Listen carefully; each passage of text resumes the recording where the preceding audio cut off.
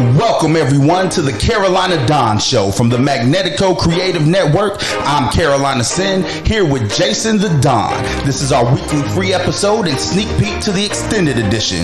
We drop a show every week, so if you like what you're hearing, hit the like button and subscribe if you want to hear more.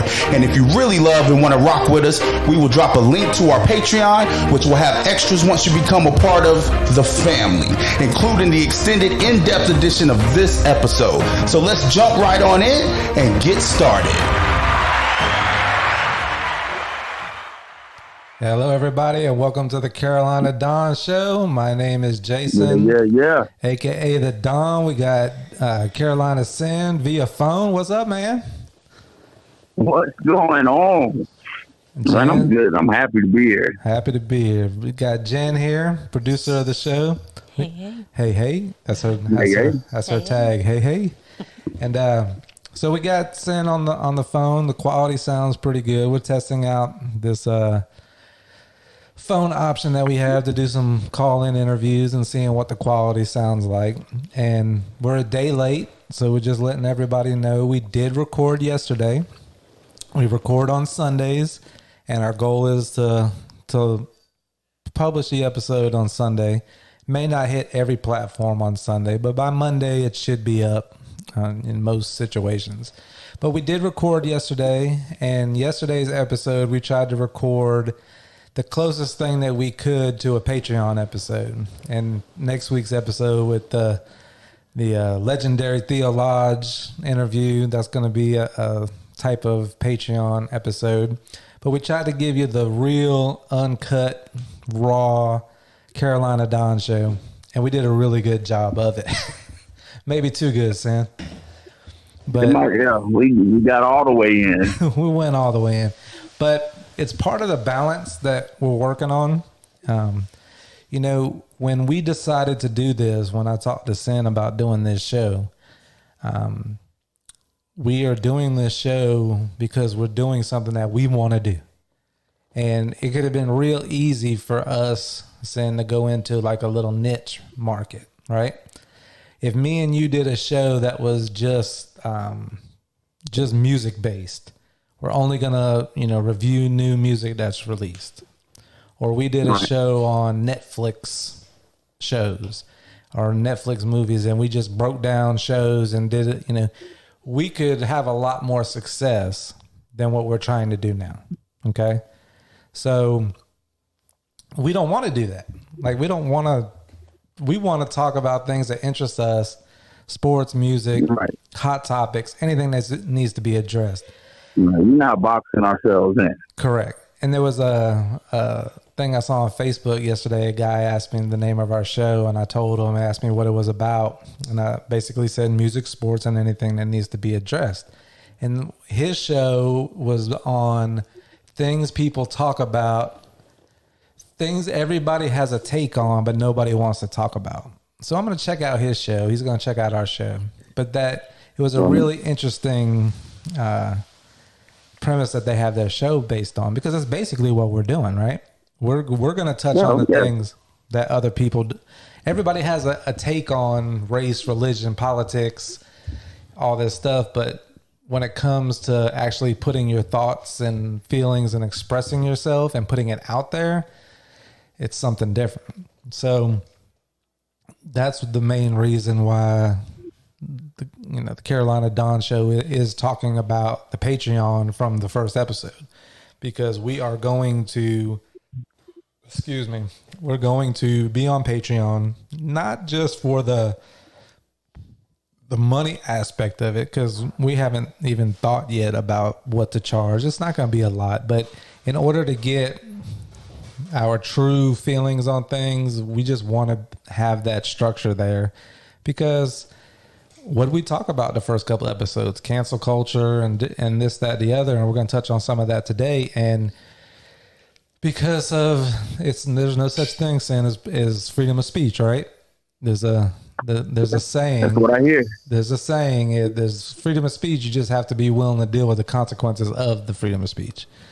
So we want to be able to say what we want to say, no matter what. And we just kind of feel like the Patreon for us is the way to do it. Now, we are going to put out a show every week, and it's going to be good content and fun, comedy in it, and we want to engage with everybody that's listening, and we talked about that yesterday. Thank you to everybody out there who's been listening to us, giving us feedback, giving us topics to talk about. We need you, and we appreciate your support, and keep rocking with us because we're going to keep doing our thing. And so with that being said, you ready to jump into it? I'm ready. Let's go. Before we start, if we have any problems, I think I said that already, but if we have any problems, Thursday would be the latest that we would put out an episode, unless we told you beforehand that we have a best of or, a vault episode we're going to release because there's a vacation planned or something like that. But for the most part, at least one, we're even talking about hopping on and doing a bonus episode from time to time.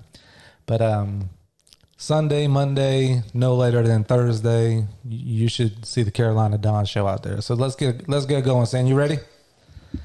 I'm ready. Let's go. All right. First topic: halftime Super Bowl show. Halftime performance between J-Lo and Shakira. First thoughts. Man, that was such a beautiful sight. Oh my goodness! There's just some things that are just amazing. It was wonderful. I enjoyed it. I enjoyed every second of it. And did either of you by chance see the guy who is suing, or he's looking to sue the NFL? I think it's $687 million or something like that. For what? Yeah. I can't play it at the moment, and this is part of why we're doing this, and you guys are on this journey with us. So the board that we have has the capability of doing Bluetooth and phone calls. I haven't figured out the phone call part yet. So I'm running Seneca through the Bluetooth. So I can't play my video that I have ready to go on that. But yes, this guy, Jen's looking it up. He is suing the NFL for, what is the amount? Six? Okay, so it's a pastor. That's the video I watched. No. For trillions. That said everything I needed to hear right there. This guy... Everybody out there, go find this story and watch this guy. He is for trillions. He's sitting in his vehicle with a cross hat on, and he's telling everybody basically that it was pandering to porno. What? And that those two women with a lot of crotch shots shaking on stripper poles was nothing more than promoting porn and stripping. And that there was he's suing the NFL because it was streamed into his living room and his kids were subject to see it. And there was no disclaimer. There was no warning. The NFL, CBS, whatever channel, Pepsi, nobody gave a warning that it was going to be basically a porno that the kids were going to watch. And does anybody care about the kids anymore? That was his take on it. What? Yeah, it says here he wants to sue the NFL for $867 trillion. What? How did he come up with that number? 600. Did you say trillion? With a T? With a T. T-R-I. That's asinine. Oh yeah, I see it. I see it now. So I tried to bring a little different take on this from yesterday. All right, so we didn't touch on this yesterday. So what do you think when you hear that? Well, one, so I don't even know if y'all knew or not, right? But before I moved back here, like I was in school getting my paralegal degree, so I was taking some law classes and stuff. So my first reaction is that this is just nonsense and frivolous. And I go to like, so why are you not suing all the other things that are on TV that are similar, if not worse? Right. Like, so my first initial reaction is that there is no merit to this legally, right? And then I'm just like, it's just pure stupid. He's getting his little 15 seconds in the light, and he's just this is what they talk about when they talk about clout chasing. right here. This is the epitome of it. So, Well, he says here, if you don't mind me interjecting, it says, quote unquote, were there any warnings that your 12-year-old son, whose hormones are getting ready, just starting to operate, were there any warnings that he was going to what he was going to see might cause him to get sexually excited? And then he goes on to say, he also said the performance put him in, quote, in danger of hellfire, unquote. yeah, so you have to go, everybody has to go watch the video of this guy. I got to speak to this guy real quick because this is something, Sin, that bothers me.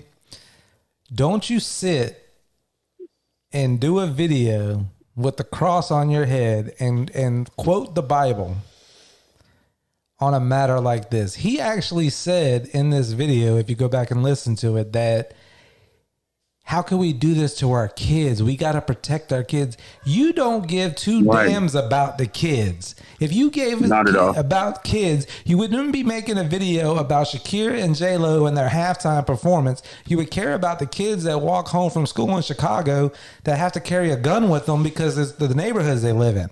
Those are the kids that you need to care about. This guy making a video and standing behind as a pastor and standing behind the Bible and trying to quote Bible things on it, to me is wrong. 100%. Yeah. And he kept saying, well, people will say, well, coach, you could just turn the TV off. Yeah, you could turn the TV off. And guess what? I'm a 42-year-old man. Every single Super Bowl halftime show that I can remember, whether it be man or woman, has had some sort of element of sex in it. Period. Am I wrong on that? No, I don't disagree. I mean, even if the primary performer was not the one doing it, they had dancers and people in costumes and stuff like that. It's the most ridiculous thing, and maybe it's his, like you said, he's clout chasing and trying to get his moment, and he got seen, and we're talking about him now. But to me, and we'll get into this on other episodes, religion and what spiritually, what God means to me and stuff like that. But for somebody to stand behind and use God and the Bible to try to get this message across that the halftime show, this one, yeah, you should be here. This wasn't Miley Cyrus and Meg Thee Stallion, excuse me. Oh my right? gosh. This wasn't Meg Thee Stallion up there. This wasn't the City Girls. This wasn't the Hot Boys. Hold on. But because that seems like, all right. So I get that they at least subject matter of their songs maybe, or maybe I get that they like to push the envelope, but that almost sounds like we slut shaming them. Like, I don't even think that, like, if it had been them, like, this is just the way he's going about it is completely incorrect. Like, I was reading as you were talking, he said something like, what about the parents of children who weren't there in the living room with them to turn the channel? Yeah. Like, you've got a bigger issue if that's your case. You know what I'm saying? You're responsible for your children. Mm-hmm. If you don't want them watching it, then don't watch the halftime show. And what is it, like 9:30? He was saying, we're here to watch a football game. We're not watching thyroid, hip thrusting. And you knew. Crotch shots. That's why I watched. And so... And here's the other part of it. Here's the other part where he said like his biggest problem was with the NFL not giving any kind of warning. They have been advertising that J-Lo and Shakira were going to do the halftime show. Mm-hmm. So, and they at that point, because I mean, one of Shakira's biggest hits is "My Hips Don't Lie," and she's known for belly dancing and everything else. And J-Lo just did a movie about strippers, so that's your warning. Is them telling you who it is. It's not like you don't know the kind of content and material that they put out. Right. And the other part of it is, like, I'm sitting here questioning myself as a father because my son, we talked about it on the Jason and Cole podcast that you were on. My son wanted to go to the bigger TV so he could watch Right. it. He needed to see this up close and impersonal. And I'm happy about it. I'm like, yes, that's what I want too, son. Right. You know what? Me as a woman, I was glued to the TV. I give mad props. She is 50 and 43, those ladies. 93-year-old combined amazing. age. And all these women out there, and we're going to get off this pastor right now because he got enough shine. Yeah, don't give him any more cred. All the women out there saying that are talking about this. Well, he said it too. It was like a strip club environment, and her coming down the pole. Well, first of all, you ignorant, non-educated person. She just had a movie released with a stripper. Like, the whole theme behind the movie that she just released was a stripper thing. Right. So she obviously had. I don't know about you. There was a time in my life where I used to partake in certain club environments, and I didn't think stripper at all when I watched it. No, to be honest with you, I have to agree. So maybe there. he is a pastor. Maybe he hasn't been in the strip club too much. right? All I gotta say is haters gonna hate. I did not get strip club out of that. I didn't either. I thought it was I saw her tactfully, going down the gracefully pole. done. And that's hard. I'm going to say this. That's hard to do. This isn't going to be a popular statement for some people, but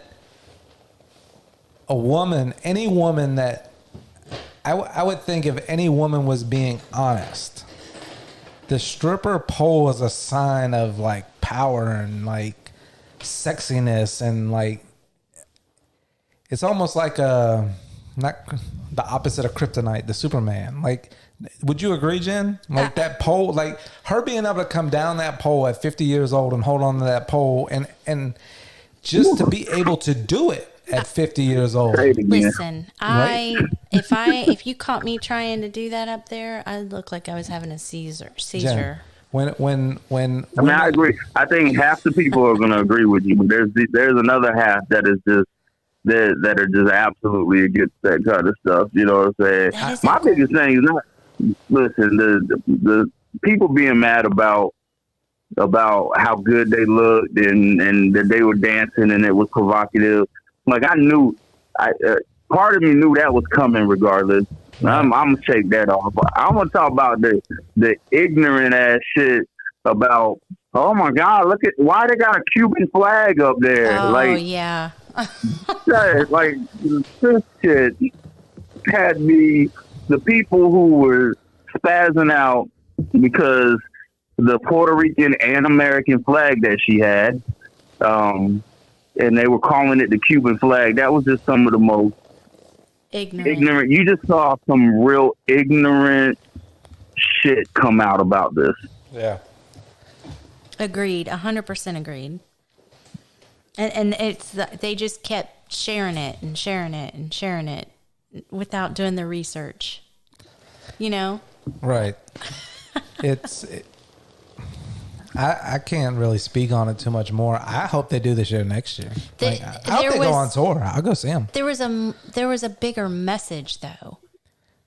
The children in the cages, the Puerto Rican flag. And I didn't even notice that shit. I don't know if I'm just. I didn't even notice a lot of it. Some shit, like, yeah.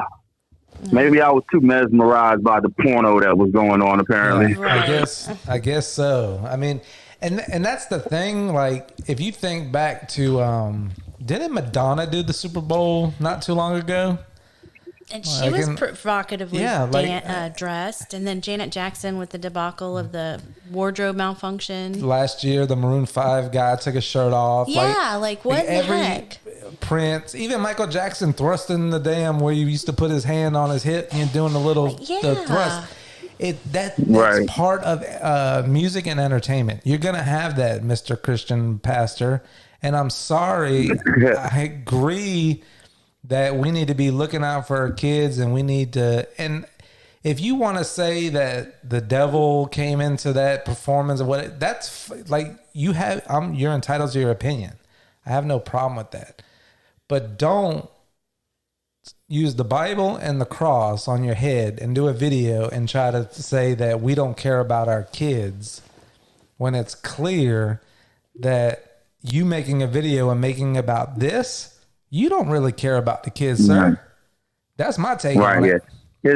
His motives don't seem pure. Like, so and I want to be clear too, because I feel like we probably both do. You can let me know. I mean, we have the majority of our friends are probably Christian, right? And so, and I know that I see in the media a lot where there's this, a lot of Christians feel like the church is always being attacked now and stuff like this.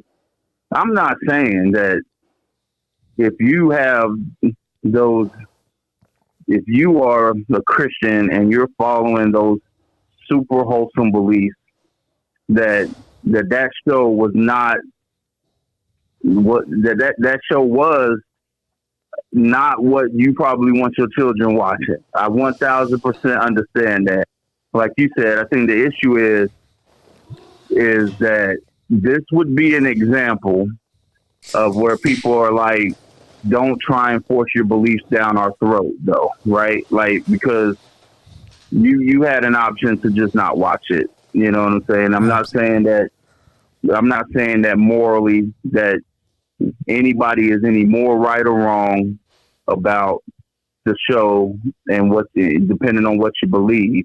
But this is a perfect example of, you know, like you said, like you just turn the channel, he's taking an opportunity, and I think he's using Christianity as a cover to try and get some fame off of it. I'm not okay with that at all.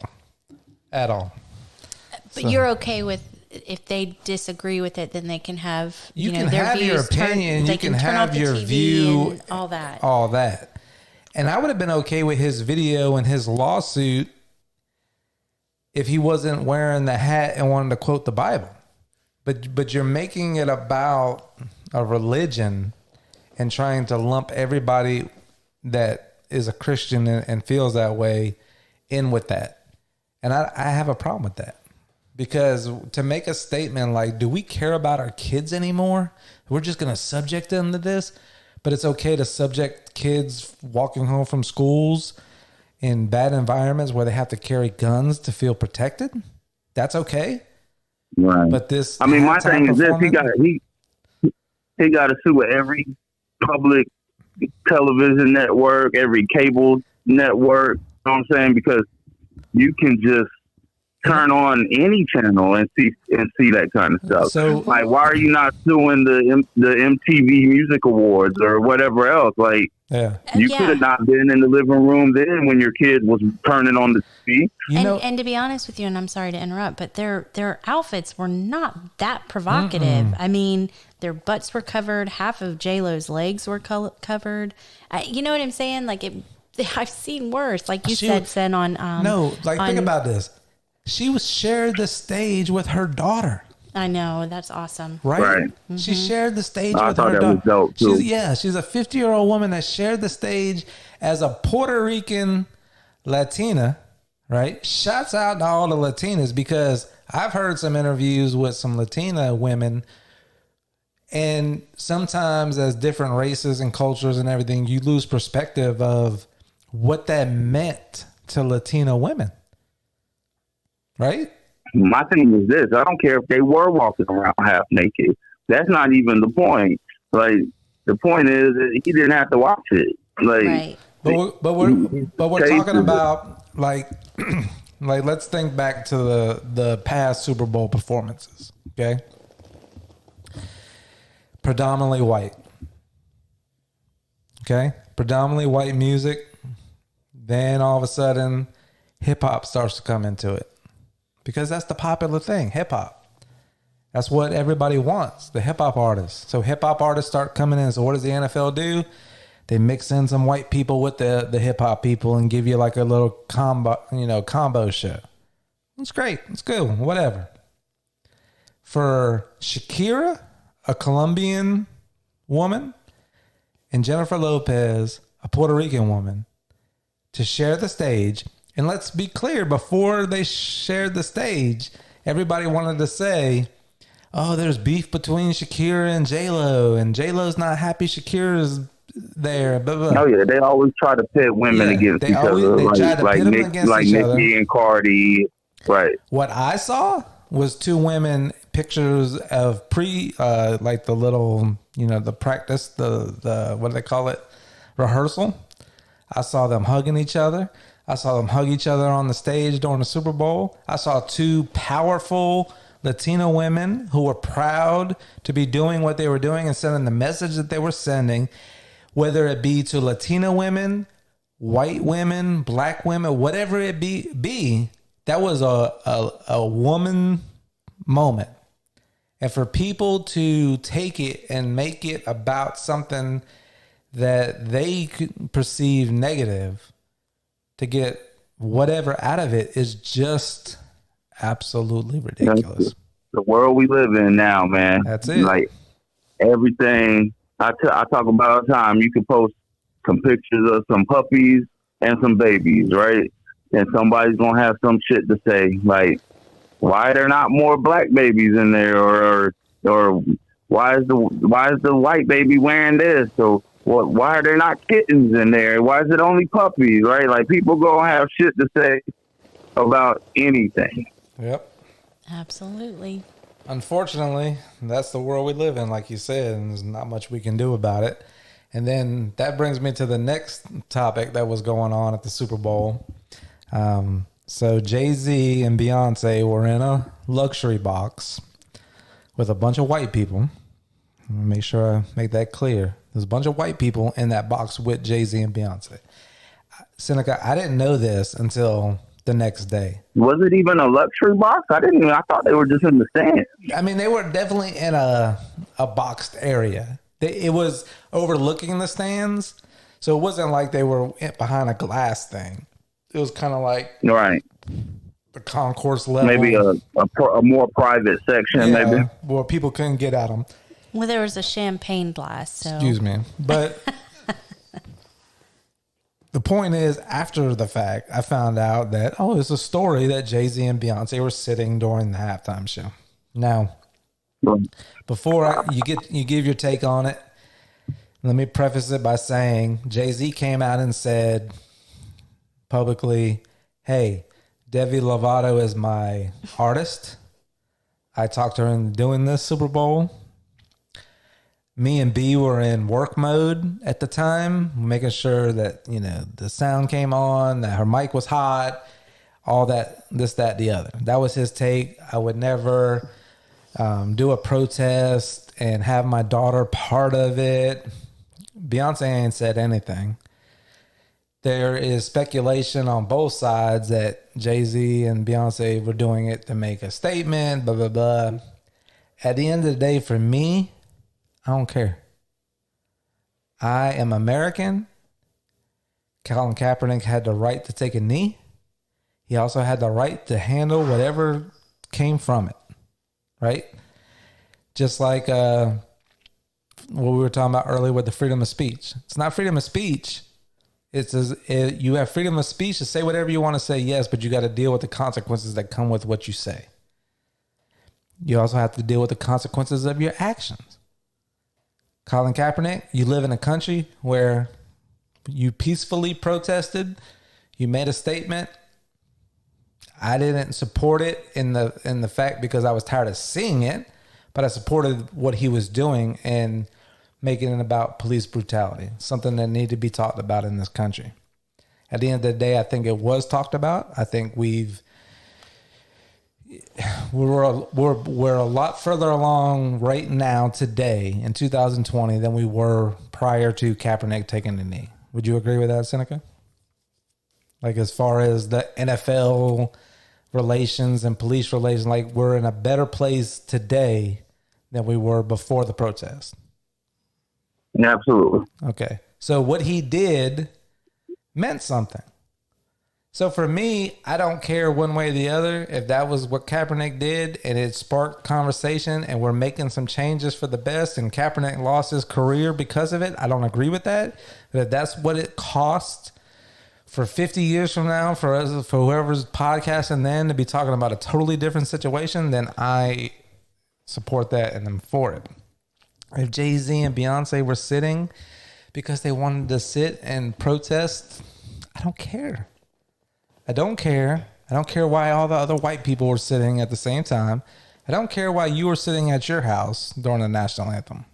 I don't care. We live in America. People fight for those freedoms and the rights to protest peacefully. End of story for me. So what's your take on that? No, I mean, I agree with you 100%. I mean, you know, there were other people sitting. Nobody had anything to say about that. The issue was, I mean, they weren't trying to make a statement, so it's really a non-story. It's just people, again, always having something to say. Right. And I hate that. Why is it that we live in a society, this is the best society to live in for what me and you are trying to do and have things to talk about? Because it's just going to be, you know, the Oscars just happened. I don't know much about the Oscars, but there's always something for us to talk about because there's always going to be. We're never going to run out of topics. That's for sure. We're never, ever going to run out of topics because there's always something going on and it's going to. People have these takes. It's like no matter what happens, people have to have something to say negative about it. Just to come out and say, blah, blah, blah. And it gets old for me. I mean, but I kind of enjoy just talking and laughing about it. But at the end of the day, sometimes I sit back and go, damn, are we any further along than we were 50 years ago when it comes to certain things? You know? How do you feel about that? I mean, I definitely think we're further along. I just people are just so aggravated. Like it's just I mean I don't even know. I mean I do think that the protests had the effect that they were going for. I mean I think they worked. The NFL is doing more as far as trying to put money into things to help the black community and things of that nature. I mean, we definitely are further along than we were years ago. So, I think it worked. No, the Kaepernick thing definitely worked. The commercial that I made reference to yesterday when we were recording, that the NFL did, and I think it was with Anquan Bolden. It was a commercial during the Super Bowl, and it had to do with. I hate if I mess this up, but basically, his brother getting shot. Yeah, was it his brother? Was it actually his brother? Yeah. Okay, so his brother got shot. Jen, his brother gets shot, and the commercial basically was like his brother was, I don't know if he was broke down or something, but an unmarked car, undressed officer came up to the scene. It didn't say exactly what happened between the two people, but the cop ended up shooting Anquan Bolden's brother. So Anquan Bolden plays for the Ravens, I believe. And in the he's retired now. I think he's retired. He's retired. So in the video of the commercial, he talks about, you know, it shows footage of the dad and making comments of why is my son gone, and he talks about getting the phone call and finding out that his brother was killed, and basically he's working on fixing the problem and that his brother's death didn't go in vain. Shouts out to Anquan Bolden. Absolutely. The Anquan Bolden has won the NFL's Man of the Year before in the past and stuff.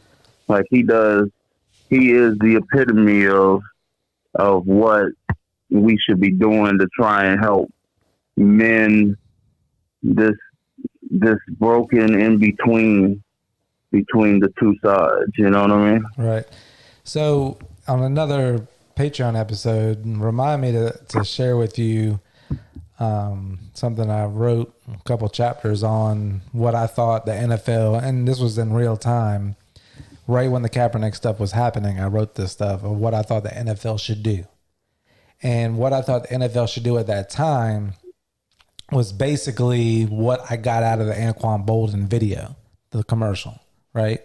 So shouts out to Anquan Boldin, shouts out to the NFL, and shouts out to Jay-Z, who took a lot of what I consider negative backlash from the black community on stepping in and trying to be somewhat of a mediator, whatever you want to call what Jay-Z's doing with the NFL. I know there's a lot of, back and forth with if it's good or bad, but from the outside looking in, as long as I see improvement and growth and stuff like that, then even though I wish it was somebody different, what Colin Kaepernick did, I support. Like, I think it's a good thing. Like, I wish it was somebody different. I have to keep saying that because I wish Colin Kaepernick spoke more of his own words and was out in front of this whole thing. But I like the fact that I see change, and I like the fact that I see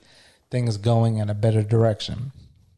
We don't have to point out every single thing that happens. So Tommy Lauren, if you're listening, which you're not, but she will get added when this episode drops. Like, hey, I get your statement on the privilege that Jay-Z and Beyonce has as black entertainers in America, and if they don't like this country, to get out and all that. But at the end of the day, Tommy Lauren, you're missing the bigger picture of it. And Jay-Z and Beyonce, they're on some good energy. Like, their energy that I see from Jay-Z and Beyonce is not the same energy I see from Diddy. So let's not get it twisted. I respect what Jay-Z's trying to do. And Colin Kaepernick, I don't think it went for naught. You lost your career, but you're going to be good. And I hope I see some changes as we move forward. And Cole's already got me watching the Bucks. You know that, Sin. So I have to say something real quick. Oh, boy. Because I see both sides, completely see both sides. I see where people say, you're getting paid a lot of money, you're on your job. That wasn't the right platform. Anquan Boldin, he paid to have a commercial done. You know what I'm saying? He's a former NFL. I kind of see both sides. I'm just saying, like, I understand that Anquan Boldin paid for that. I think the NFL paid for that commercial. That's why I was giving the NFL some props. Well, we don't know that. I don't know that for sure. We don't know that. But I'm pretty sure Anquan Boldin probably had some sort of, and that's why I shouted him out too. Investment in it, not just personally and emotionally, but I see, like, I don't know. I understand where, you're at your job, a high-paying celebrity type job. Maybe you shouldn't be doing that. You should be doing it on a separate platform. But so to go off of what you're saying, agree. There's that stance of it, of maybe you shouldn't be doing that. I can't do that at my job. But the fact of it is, going back on, you have to be, whatever you say, whatever you do, whatever actions that you take, you have to be able to justify them, and you have to also deal with the consequences. And let's just say we assume that he knew going into it, if this became a big deal, if, like Seneca said yesterday, if somebody would have picked up on the fact week one, like he was doing this for weeks before, was until the media picked up on it, I feel like he had to know that where we're at today was a possibility. And if he knew that in his heart, and he said, you know what, I'm okay with that. It's a risk I'm willing to take. It's worth taking, right? Which I can respect. Yeah, completely. I respect that 100%, because if somebody told me, hey, if you just go to work every day, right, and you just tell everybody at work that you're not doing anything anymore, I don't care what you tell me to do. I ain't doing it. And if you do that and they fire you, your kids will be good for the rest of their life. They won't need for nothing. You think I would go to work and do anything they told me? I'm going to take that and say, nope, I'm going to go to work. I ain't doing a damn thing. And they're going to fire me. And at the end of it, I'm going to be all right because I'm going to figure it out. But I know 4 kids are going to be good. They don't have to worry about nothing. So I knew the consequences going in, right? I knew what could play out. If he knew going into it, I may lose my NFL career, but at the end of the day, Anquan Bolden's going to do this, and such is going to do this, and the NFL is going to do this, and Jay's is going to do this. And 50 years from now, people are going to look back at me and go, I'm the reason. Then I salute that 100%. Like I said, I see both sides. I definitely do. Seneca, your take to wrap this? Yeah, I'm just listening to y'all. I'm just listening to y'all talk about it. I mean, I got a lot to say about it. I feel like it's for a different episode, maybe. I don't know. Patreon. So the next topic for today is Gail and the backlash.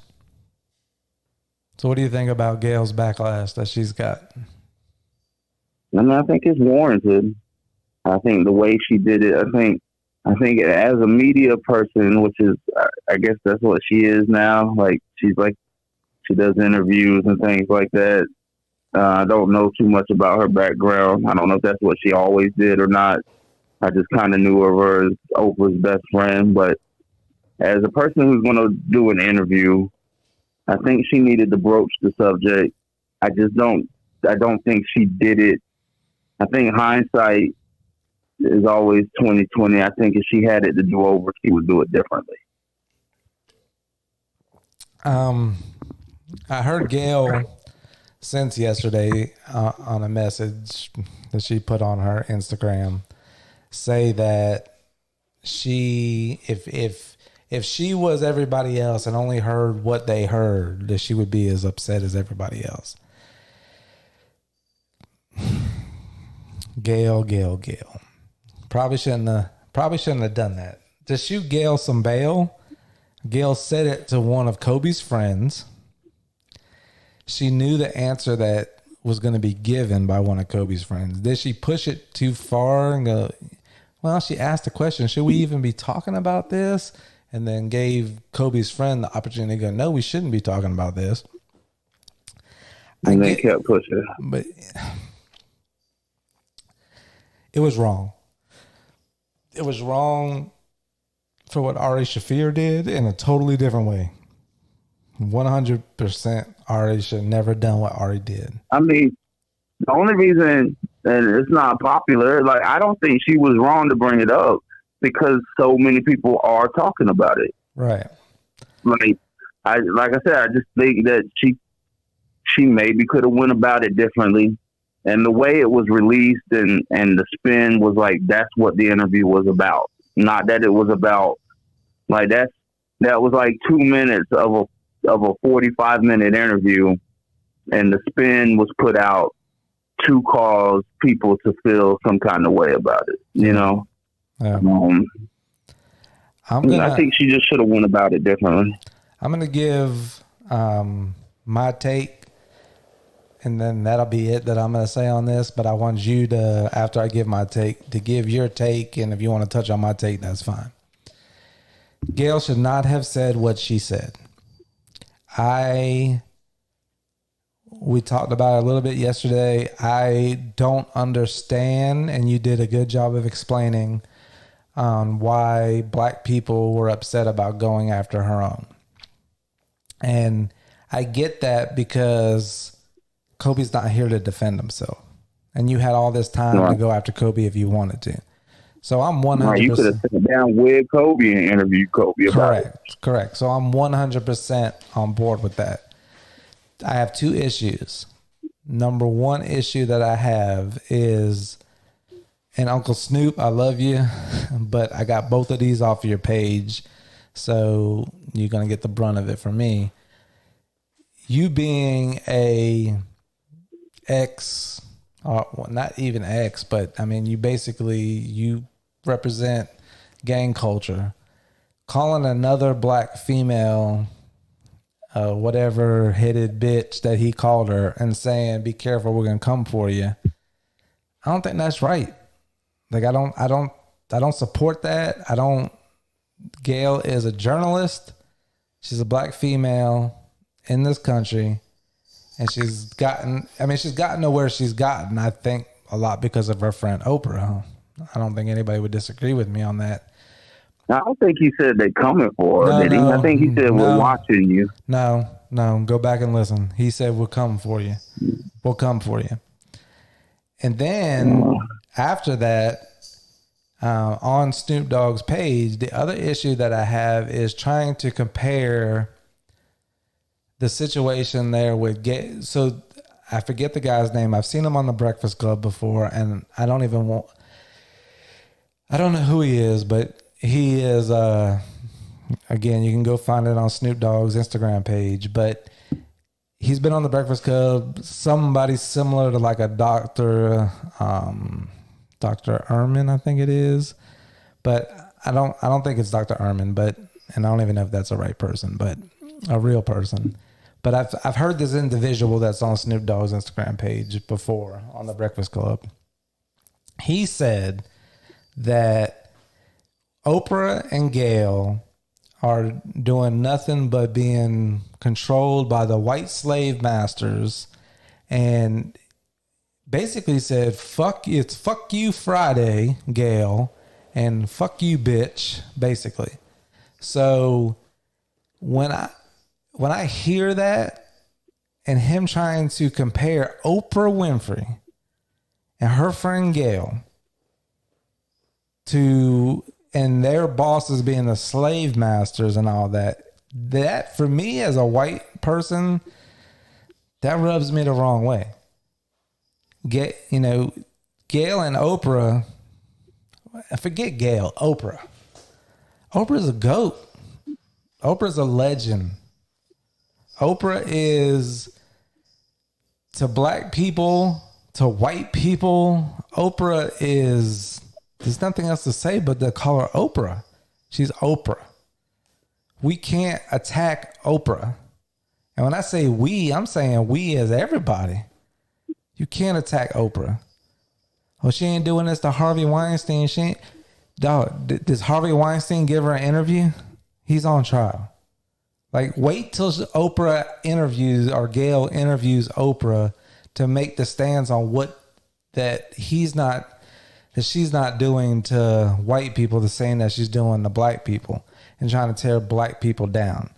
And the fact that somebody is running I'm assuming that they're running the Twitter for Bill Cosby, wants to tweet at 50 Cent and at Snoop Dogg about how they went at Oprah and Gail, and it's about time, and they're trying to tear black men down or what. No, anybody defending Bill Cosby or free R. Kelly and trying to compare it to what Gail said about Kobe is the most ridiculous thing in the world to me. It's the most ridiculous thing in the world. Oprah Winfrey and Gail work. I said it yesterday. They work for CBS. They're rich, white. Yes, I agree 100% with all that. But we can't cancel Gail and Oprah because Gail made a mistake as a black woman. She made a mistake. Call her out for that, Uncle Snoop. Call her out for the mistake. Gail, you was wrong on that one, sister. I'm going to let that one go, but no, next time, no. We ain't having that. Kobe's a legend. Kobe's a GOAT. Kobe did good things. The lady didn't testify because she knew what was going to come out about her. We hit on that on episode number 1. So everybody out there, my take, and then we're going to let Seneca go on what he wants to say. Everybody out there, leave Gail alone. She made a mistake. She's already owned up to it. That whole interview, go listen to that whole interview. And then if you listen to the whole entire interview, just like we were talking about Joe Rogan, go listen to the whole interview and then make your comment based off of it. Because CBS screwed Gail. Gail didn't do anything wrong. Gail should have maybe not asked the question, but they're taking a clip out of context and they're making it against Gail. Same thing that I'm worried about somebody doing about me on this podcast. Same exact thing. They're taking a clip and they're using it against her and taking it out of context. And all she did was had an interview with Kobe Bryant's friend. She could have interviewed anybody. She could have interviewed any single woman Kobe ever had a dealing with. She didn't do that. She interviewed Kobe Bryant's friend, knowing what the answer was going to be, and then getting killed for it by other black people. Just like you said, though, like there's no freedom of speech. You got to know that what you say could have consequences. So, I mean, I disagree. I've disagreed with a lot of what we've talked about today, but I've just been kind of biting my tongue. I just feel like she could get canceled. I think she had to ask the question, which is unpopular with most black people. Most black people are like, she didn't need to go there. I think she had to.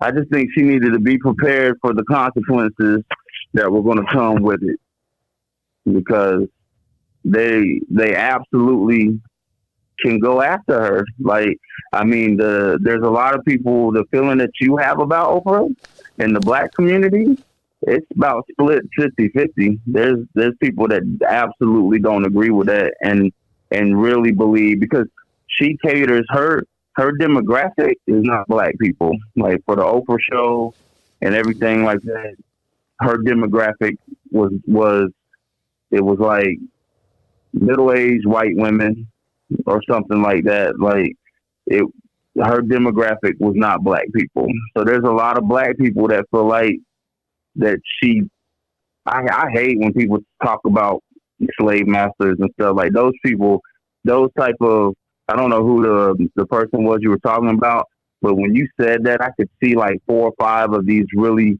aggressive, militant black, supposedly like preachers that say that kind of stuff. And they're just trying to trigger people. So I hate the whole slave master thing, but there is a lot in the black community that thinks she just caters to white people. The Weinstein stuff and the other stuff. Yeah, I'm never going to defend Bill Cosby as a rapist. You know what I'm saying? I'm never going to defend R. Kelly as a pedophile. But like, there are people that just believe that she panders to white people. Yeah. I mean, I get that. And I could see where people would think that for sure. But when you're on a TV station like Oprah Winfrey, like Gail, I mean, I guess if you're going to look at it that way, then everything is white. Your audience is white. Now, if you're going to look at it like that, then everything that Oprah does, Gail does on CBS, is predominantly white people watching and listening. Now, I don't consider that pandering. I mean, I get it. I don't like the calling them bitches, and it just doesn't sit right with me, I guess. Especially because of the context. You know, we talked about it, I think it was episode number 1 with the Joe Rogan thing. Like, we need to hear the whole thing first and not. Yeah, I do agree with that. Like, if you listen to the whole interview, you might not be taken aback by it the way when they just put out a 40-second clip. You know what I mean? Yeah, because it's not like Gail went out and got the girl who was accusing Kobe of rape, or the girl's best friend that accused Kobe of rape. It's not like she went out and did that interview. She went out and did an interview with Kobe's best friend. But she kind of pressed too much. She went too much. far. She Like, did. maybe ask the question and then go. That's not the argument. I mean, I'm not making the argument that I'm defending her and that she didn't do anything wrong. I'm just saying that I think that as a whole, it's a little too harsh, because compared to what Ari did. I didn't see Snoop make a video about Ari. I didn't see Bill Bellamy make a video about Ari. So why are you going at a black female the way you're going at her, but not Ari? That just goes to the whole thing when you asked me about it yesterday. Why black people feel a kind of way when it's black people going after black people. Mm-hmm. I won't. They expected it from Ari. They didn't expect it from Gail. And that's the thing. And like I said, I can't speak on that as a white man. I won't understand the argument of, well, you're our own, you shouldn't do that. Because when I look at it, like, wrong is wrong. Now, I don't see, we already touched on this on another episode. We've all agreed that we don't see where Kobe did anything wrong. Kobe was, it didn't go to trial. We know enough about the story to know that there's a reason why she didn't want to get on the stand. And at the end of the day, Kobe was a big enough man to say, hey, I'm sorry. I messed up. I understand where she may feel like this went a little further, where she may have thought something that I didn't.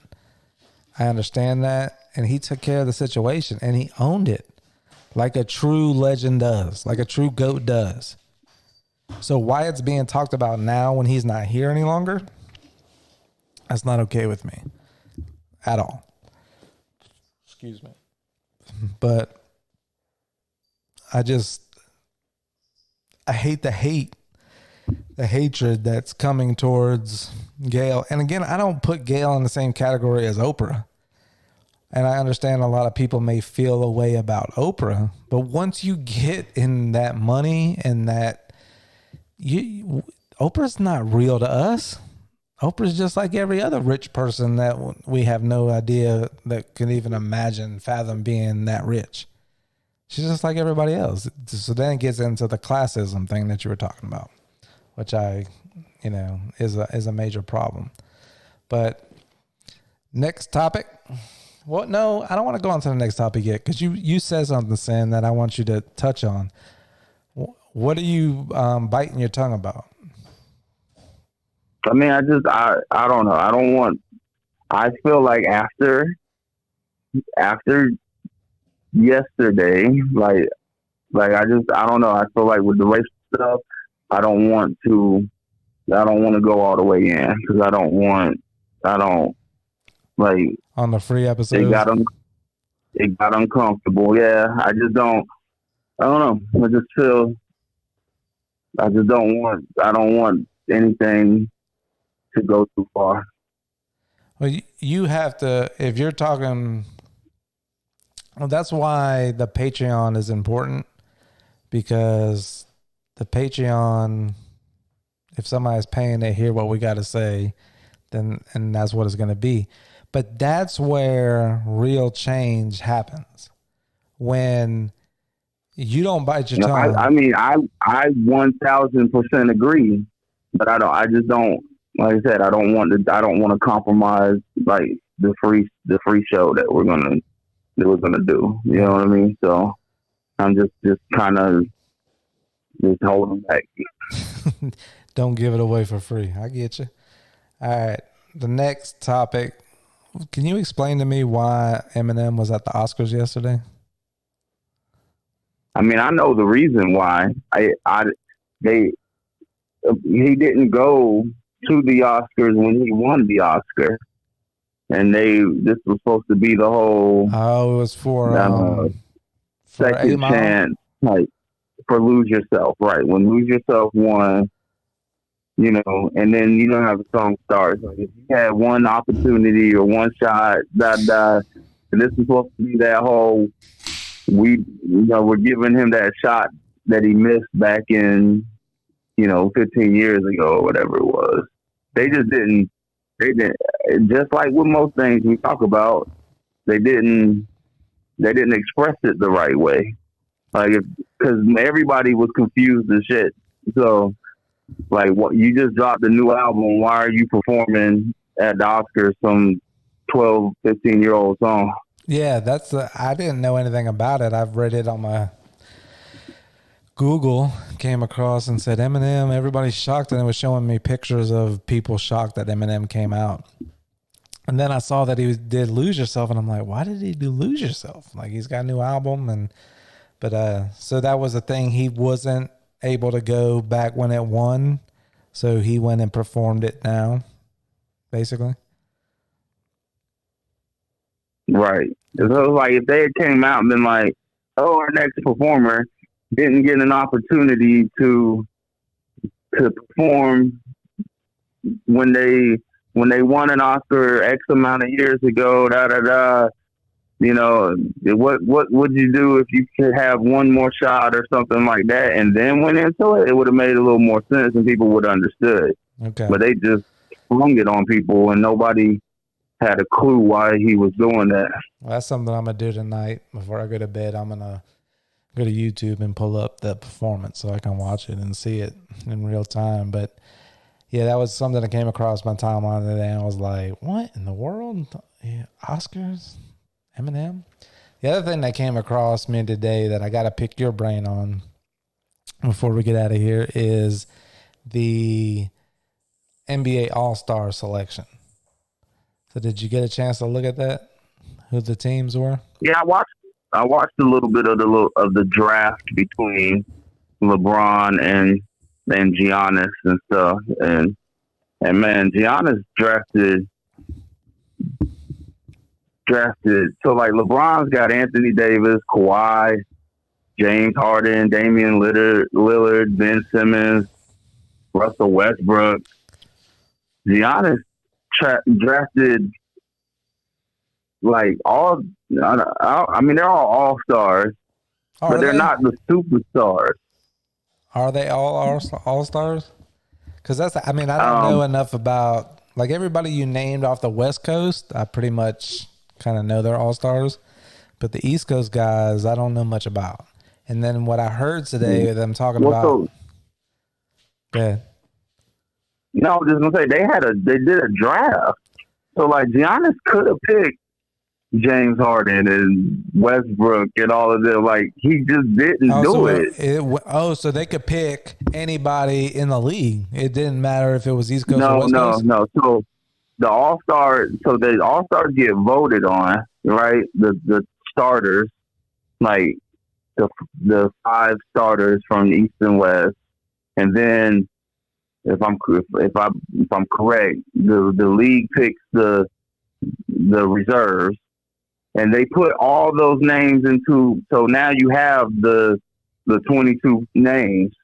Well, then LeBron is a captain, Giannis is a captain, and of those 22 names that have been picked to be all-stars, they go through and pick who they want on their team. Okay. And they held it live. So, like, LeBron went first and picked Anthony Davis. Giannis went first and picked Joel Embiid. Like, he could have picked any of the Damian Lillards or James Hardens and stuff like that. So it just ended up, it looks like LeBron drafted a stacked team. I really hope Giannis' team comes out and beats them, to tell you the truth. But I don't know what he was thinking when he was drafted everybody. So as the NBA expert on this show, what is your feeling on the way the NBA is doing the All-Star game now? So I don't know. So it's lost its luster of the past, right? Like being an NBA All-Star was a accolade that was worth more than it is now, is how I feel. Like it used to mean something when you'd say, you know, Michael Jordan, 12-time All-Star, like that stuff meant something. Now, I don't think it means as much. These type of things that they're doing, like picking captains and having them draft players from who got voted in, is all as a result of people no longer even wanting to watch All-Star Weekend. Yeah. Like these are just things they're trying to come up with to make it more interesting. So has the NBA never done like the MLB? Because I'm the MLB guy. Has the NBA not done where the MLB, and I think the MLB's even got out of this, where they used to, if you won the All-Star game, you got home field advantage for whichever team won the American League or National League. Has the NBA never done nothing like that? Like whoever wins the All-Star? They've never done that. That would be kind of, I haven't watched the NBA, honestly, like religiously since Michael left. And then I've always kind of followed the Magic, and then I would follow the NBA in the playoffs. And then a kid from Bartow is on the Utah Jazz now, so I kind of follow him. But I think that when I heard that they were doing the draft thing, I was kind of like, okay, that's kind of interesting. I think that would help the NBA if they did kind of, the East Coast wins, the East Coast team gets the home field, home court advantage during the playoffs. I think that would be something that would spark a little more interest in the NBA All-Star game. What do you think? I do agree. I don't know. I feel like there's bigger problems if you can't get your fans interested in the best of the best playing an exhibition game. Like, I don't know. I like what they're doing now, because now it's not East versus West. But you're right. There's always been that, what do we put? We've got to put something. It's like they don't have anything to play for, and that's what baseball was going for. And I think that was major. You know what I mean? Yeah. Because if they don't, you're wanting them to play harder than, like, you want them to care about the game for the fans. Yeah, because it's not like baseball and basketball is like football. Like the Pro Bowl is the biggest joke, as far as I'm concerned, of an All-Star game. They shouldn't even have the Pro Bowl. Yeah. You should just get nominated to the Pro Bowl. And if you want to have skills challenge and have people there for autograph sessions with fans, I'm for that. Right. But putting them out there in a game where they're supposed to go bang heads with each other is the most ridiculous thing ever. When it comes to baseball and basketball, or even hockey, because you ain't a hockey fan, right? We don't. No, not so much. Okay, no. We don't have to talk about hockey. So baseball and basketball, even soccer, like putting all-star teams together and playing an actual game or match, that's a real thing. And make them work. You're not really in much danger. Yeah, anything can happen at any given time in a basketball game. I'm not saying that. But come on, like Isaiah and Jordan and Barkley and Ewing, they didn't have problems playing hard in basketball games. So I like if the West, I think, excuse me, not being a big NBA guy, but am I right in thinking that the reason why this came about was because the West was so dominant? The West was dominant, and it was like, it's not even fair if we played the West versus the East, so let's just mix it up. Is that why that happened? No, this was strictly from a standpoint of nobody is, like, there's nothing exciting about it. The games are just like 160 to nothing. I mean, because more of this is not the first year they've done this. Like the East has been winning more of the championships, like, until you go back to like the Kobe Shaq days and stuff like that. But no, this was just a draw. This was like why nobody would watch the actual All-Star game. People would watch All-Star Weekend and watch the slam dunk contest and the 3-point shootout, and they do skill challenges and stuff like that too. But then the game would come on, and the game's 167 to 142, and there's no defense being played, and there's nothing. So they're just trying to come up with ways to make it more entertaining. Okay, so that makes a little sense. I'm learning a little bit about the NBA, but I mean, I think back to NBA All-Star games when Jordan was playing, and it's like, oh, they was playing for real. But they were high scoring games too. But it was like, if we're going to contest 3-pointers, we're going to contest you driving to the hole. Right. But if you got an easy dunk, you got to dunk. That was basically, Right. But there was defense. Right, they weren't clipping people. They weren't clipping people and clotheslining them, but they were contested and they were playing defense. There was defense being played to a certain point, and I think that's Jordan went up and blocked one of Shaq's shots one year. You know what I mean? So I think that's where again, correct me if I'm wrong because I don't know enough about this, but that's what it seems like to me is at some point the defense just stopped being played at all, and it was high scoring games, and the NBA's like, hey, we got to come up with something different. So I mean, I kind of respect the NBA for trying something, but hey, try making it where if the West Coast wins, the West Coast gets home advantage. Listen, give them something to play for. It never since, and I think the MLB did away with it this year, or last year, but and it never came in for my team, the Mets. But believe me, when Major League Baseball made it a point that the team that won got home field advantage, I was diehard National League every single time. I didn't watch the All-Star game. During those years, not a lot of Mets players made it, but when David Wright made it, and he's up to bat, I'm going to watch David Wright. I tuned in for my Mets. Tell me this. I've always been told that home field advantage has the least impact in baseball compared to other sports. I'll never agree with that. I'll say but that. But you heard it, right? No, I've heard it. I'll say that the least impact that home field advantage has in any sport is football. Now, football doesn't go. Now, see, I completely disagree with that. You have to listen to why I'm saying it, right? So the reason why I'm saying that is in football is usually just one game. We're going to play one game. But that's why it's even more important. No, because in one game, anything can happen. In a series, when you're playing, if you've got to play the Bulls and it's a 7-game series and number 1 and 2 are in Chicago, we're going to get 1. That's guaranteed. Then we're going to go on the road, we're going to get 1. So we got 2 wins coming home. Now we're going to get 1 out of the 2 on the road, and then we're going to go home, and we're going to play 3 and 4 and 5, or go on the road and play 3, 4, and 5.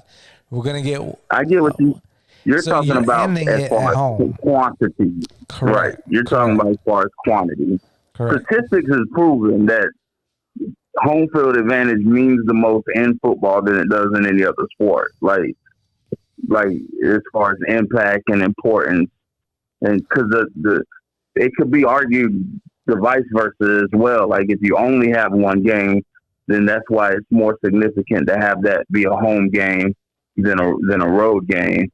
And then the numbers that support the teams that play at home and stuff like that. But I think that was what played into it, is that whether it's true or not, maybe they feel like in basketball that home field or home court advantage is more important than it is in baseball. Well, did they change the format of home court in basketball? Because back when Jordan played, it was 1 and 2 was that. So if you were home court, if you had the advantage, it was 1 and 2 was at home, 3, 4, and 5 was on the road, 6 and 7 was at home. So that's important to bring up here. Because if that's the structure of it, then home court advantage is the most important thing.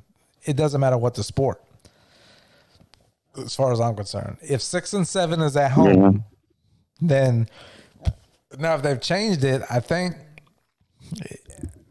you're the NBA guy, so tell me if I'm wrong. But I feel like after Jordan in the Kobe era, it kind of changed at some point, right? Where it wasn't 6 and 7, it was like 6 and then 7. Like 6 was at the away, and then you got 7 at home if you had the advantage. Am I wrong? Right. It's like 2-2, and then 1-1-1. Okay. So in the NBA, it's a little different then. I'm always going to go with home field advantage is important to have.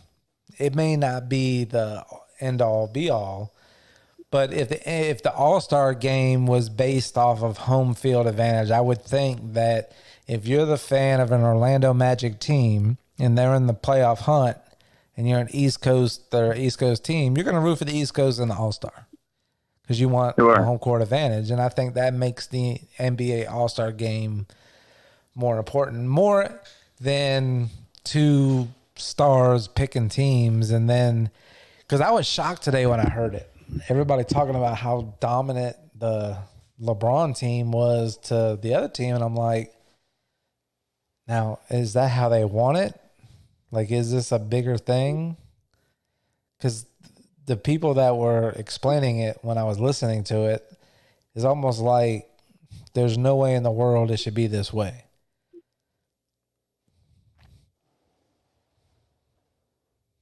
No, I agree. And that's why, like, people had no idea. Like, people don't know, did Giannis actually do this on his own? Or was this, like you said, was this influenced by somebody else to have them drafted this way? You know what I mean? Because, things like that, we don't know. We like to think this was just an innocent two guys just standing on the playground. All right, I'm a captain, you're a captain, and they just started picking guys they liked or whatever. But, I mean, well, I am God, glad. I mean, you taught me today that, because I didn't know this earlier today, that basically, so the fans vote, right, on the All-Stars? So, right. So just like MLB. So the fans voted on the All-Stars. Then from what the fans voted on, the two captains picked. See, I didn't even know that this morning when I heard this. I'm just like, Right. These guys that he was naming that were on the All-Star team, I'm like, are they even All-Stars? Like, does this guy just get to pick all his friends? Like, I didn't even know enough about it. So I'm glad I got to learn a little bit today about it. But if nothing else, I'm going to watch the All-Star game now just because I know a little about it. So I guess they're doing something right. I want to watch it just to see if the team that, I mean, look, none of these guys are scrubs, but like if you compare the two teams, one team looks like a scrub compared to the other team. I'd love to see, I'm an underdog fan, so I'd love to see Giannis' team beat LeBron's team. When is the All-Star game? Oh, man, I don't even know what day. Valentine's weekend in Chicago. So this weekend?